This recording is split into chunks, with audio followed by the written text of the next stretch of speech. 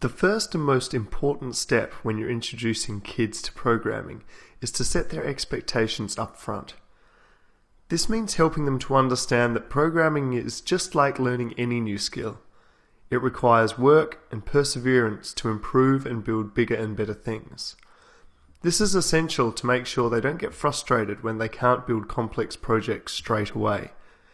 And it's really laying the foundation to ensure that your kids set off on the right foot, resulting in real feelings of success, improvement, and in essence making the learning process fun.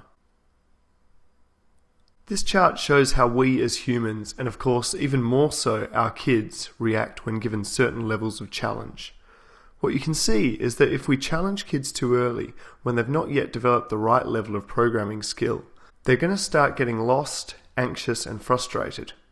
An example of this might be setting the unrealistic expectation that they'll be able to build the next Angry Birds or Facebook straight away.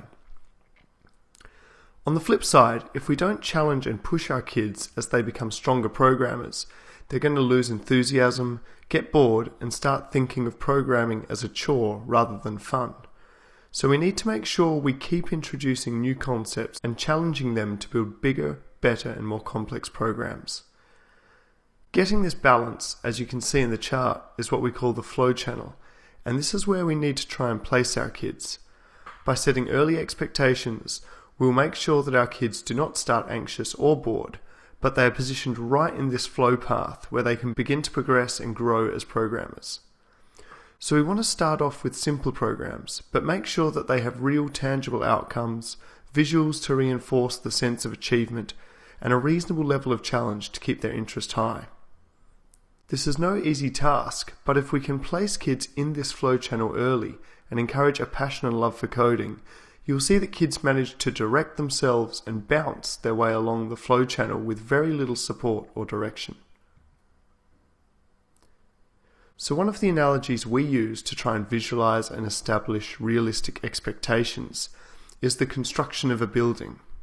It would be beyond ambitious to think that a first-time builder could slap together a skyscraper all by themselves.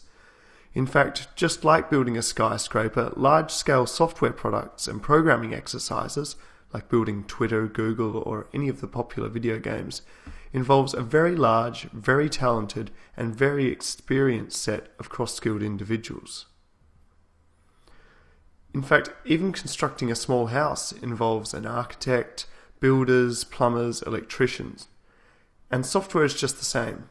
Kids need to develop a number of skills before they can start to put together projects this complex in nature. But what it's also important to emphasize is that although there is a lot to learn in programming, it doesn't mean you can't start building some really cool stuff and have a lot of fun doing it.